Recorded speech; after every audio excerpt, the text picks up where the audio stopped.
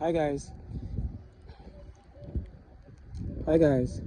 If you're watching this video, I'd like you to indulge me for a moment, yeah?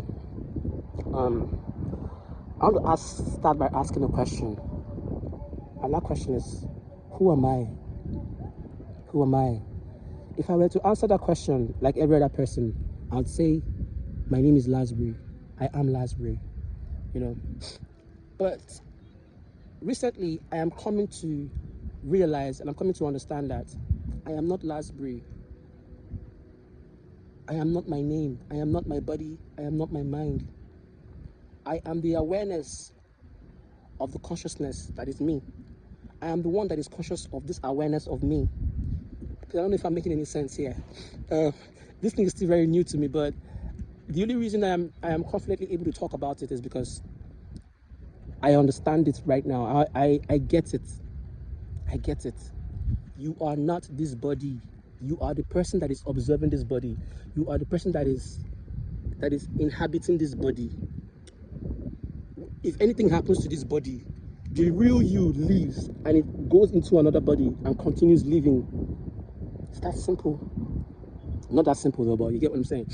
So, the thing is, one of the major things that I feel like is the cause of the misidentity that we have as human beings is that from the moment we are born, there are already existing set of blueprints waiting for us. There are already set of existing programs waiting for us. Yeah, and these things, they come in form of religion, they come in form of our parents, our environment, the movies we watch, the songs we listen to, our general experiences in life, the books you read. All those things, they come together to shape who you are. You know, the kind of friends you have, all these things, they come together to shape who you are. And you know the crazy thing, you start doing this thing from the moment you are born. You start downloading these programs. There is no time for you to ask questions as to your origin. There is no time for you to start asking questions as to where you come from, or as who you ask for in regards to who you truly are. There is no time. The world makes sure the world has made it in a way that from the moment you are born, you start to worry, you start thinking, you need to survive to keep on living in this world.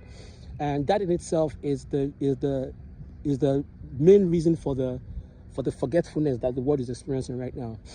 And I'm saying this because most of us grew up identifying with who the world has told us to be. Most of us grew up identifying with the ego. That's the environment, the religion, the family, the schools, everything that all these things I mentioned has taught us. We embody them and become them, and we say that is who we are, and give it a name. We give it Tosin, we give it Bayo, we give it any name we want and identify with it. But I'm telling you right now that is not who you are. That is who this world has shaped you into being.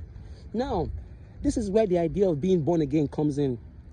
It has nothing to do with accepting Jesus as your personal Lord and Savior. My brothers and sisters, anybody can accept Christ as their Lord and Savior. Anybody can do that. Anybody can say that stuff. Anybody can say that stuff if they want to. But who can really act and emulate the life of Christ?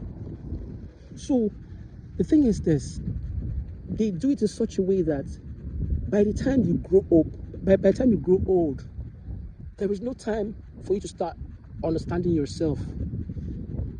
By the time you're born, you go to school, you graduate, you get a job, you get married, you have kids, you retire, and you die.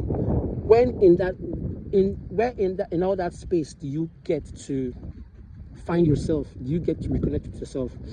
And that is where the idea of being born again comes in.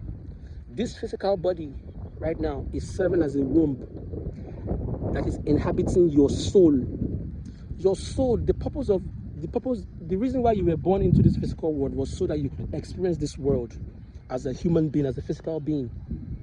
So in order for you to fully experience this world as a physical being, your soul must be born into this world. First of all, your flesh was born, your flesh was groomed, your flesh was given a name, was given an identity. And by so doing, we've forgotten who we are, we've forgotten where we come from, we've forgotten our history, we've forgotten everything about us.